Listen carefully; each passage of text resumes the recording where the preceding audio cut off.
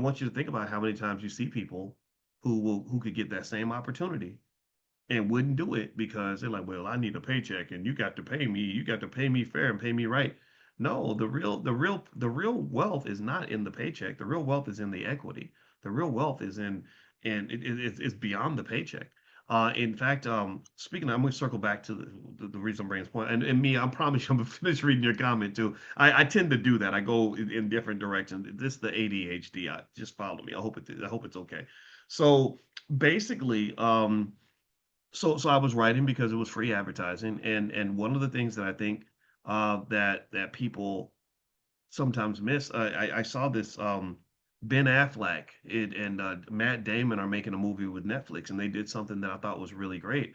They actually everybody that works in their studio, all 1,200 people, get a percentage. They get equity or they get some sort of a bonus if the film does well that they work on. The caterers, the people driving the trucks, everybody, and they were applauding this business model and it's interesting because it goes against the backdrop of Hollywood constantly arguing over compensation and how much people get paid and all that.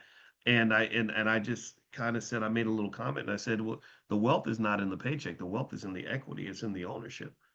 So this is great that they're doing that. So long story short, that's what I was thinking about. I was thinking about myself as an asset.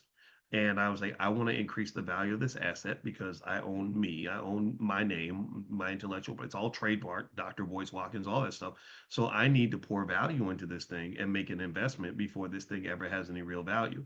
And there are a lot of people who never ever are able to elevate what they're doing because they're waiting on somebody else to invest. I don't know if you're waiting on Mr. Charlie down the street or if you're waiting on a random stranger, but you're gonna be waiting all day. Maybe you're waiting on Jesus. I have no idea, but you're the person that is supposed to step in, right? So, long story short, I wrote this article when I was at AOL Black Voices, and this lady, we wrote about this black attorney who was probably young. I think she was like maybe 30 years old, and she got drunk. I don't know what was going on. Maybe I think her boyfriend broke up with her or something, so she was really upset. She got drunk and acted a damn fool. I mean, acted like completely out of pocket. She completely, um, she absolutely like just let me just say it was embarrassing. It was like she said some things that were pretty graphic. She took her panties off and threw them at the police officer.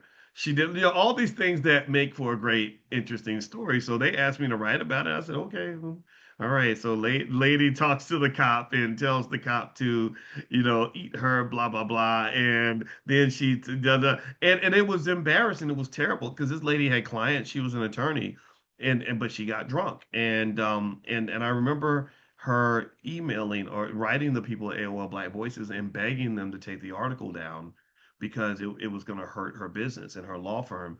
And that to me was an example of where the drinking caused a problem that didn't really have to happen.